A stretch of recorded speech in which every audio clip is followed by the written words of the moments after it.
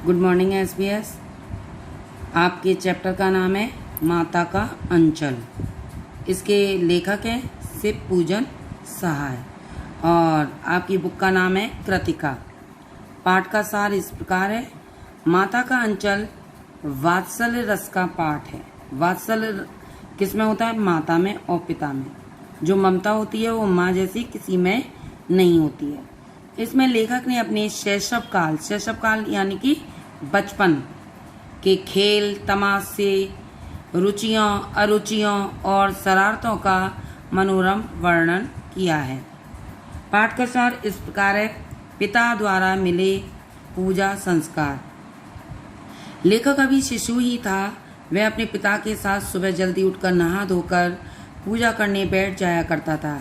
वह पिता के साथ सोता था, इसलिए पिता ही उसे नहलाकर पूजा में बिठा देते थे। लेखक जिद करके अपने चौड़े माथे पर त्रिपुंड लगवाया करता था। इसमें लेखक कौन है? वो अपने बचपन की बात बता रहा है। लंबी लंबी जटाओं के कारण वह बम बोला प्रतीत होता था। पिताजी उसे बड़े प्यार से भोलानाथ कहकर पुकारते थे। लेखक अपने पिता को बाबूजी तथा माँ को मैया कहता था।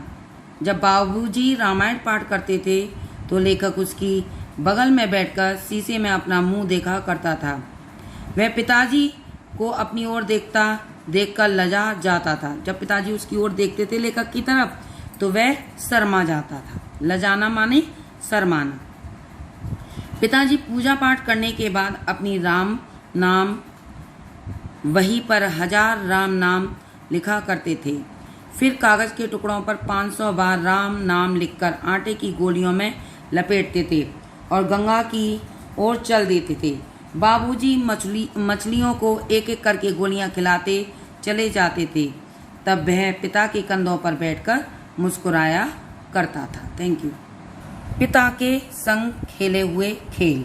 लेखक अपने पिता के साथ शैशव काल माने बचपन में कुश्ती भी लड़ा करते थे। वे शिथिल माने बिल्कुल ढीला हो जाना। शिथिल होकर लेखक को बढ़ावा देते थे।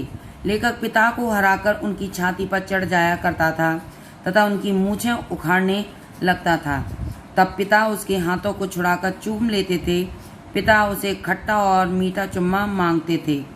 पिता अपने प्रेम के कारण बच्चे से कहते थे कि ये एक मीठा चुम्मा दो, एक खट्टा। तब वह क्रम माने बारी बारी से बायां और दायां गाल उनके सामने कर देता था। इसके बाद पिता अपनी मूछ दाढ़ी उसके कोमल गालों पर गड़ा देते थे। लेखक फिर से उनकी मूछ नोचने लगता था। तब पिता झूठ मूठ रोने लगते थे। लाड़ प्यार से भोजन करना। लेखक हंसते खेलते हुए अपने पिता के साथ ही भोजन किया करता था। पिता अपने हाथों से उसे खिलाते थे। जब उसका पेट भर जाता था तो मैया फिर से खिलाने की जिद करती। वह कहती, जब खाएगा बड़े बड़े कौर तब पाएगा दुनिया में ठौर। इसका मतलब है जब तू बड़े बड़े निवाले खा लेगा तब तू दुनिया में रुक पाएगा। आप मर्द हुए बच्चों को खिलाना क्या जाने। मर्द हुए माने मर्द, कि आप मर्द बच्चों को क्या खिला पाओगे। बच्चों का पेट तो महतारी के हाथों खाने से ही भरता है। महतारी माने माँ। तब माँ दही भात सान कर माने उसमें मिलाकर तोता मैना कबूतर हंस मोर आदि के नाम लेकर उसे खिलाती चली जाती थी। उसके बाद वह रस्सी से बंधा लकड़ी का घोड़ा लेकर गली में खेलने निकल पड़ता था। कभी कभी मैया जबरदस्ती उसके सिर पर चुल्लू भर कड़वा तेल डाल देती थी। चुल्लू माने एक मुट्ठी भर, कड़वा तेल माने सरसों का तेल। लेखक रोता था, छटपटाता था, परंतु मैया उसकी नाभि तथा माथे पर बिंदी लगाकर चोटी गूंथकर उसमें फूलदार लट्टू बांधकर रंगीन कुर्ता टोपी पहनाकर ही भेजती थी। लेखक रोते सिसकते हुए माँ से छूट जाता था। तरह तरह के खेल। रोते सिसकते हुए भी जब वह उसे अपने साथियों का झुंड खड़ा मिल जाता था तो उनके साथ खेल तमाशा करने लगता था। उसके खेल नाटकों जैसे हुआ करते थे।